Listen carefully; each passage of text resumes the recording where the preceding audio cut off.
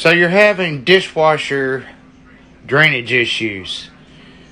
Your sink with the garbage disposal is draining back into your dishwasher. Here's what you do. Drain line right there. Easy fix. Take a quarter, put it in this line.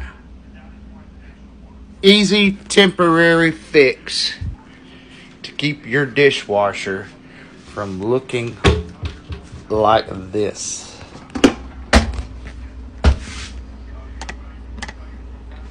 I mean, seriously, there's water down there.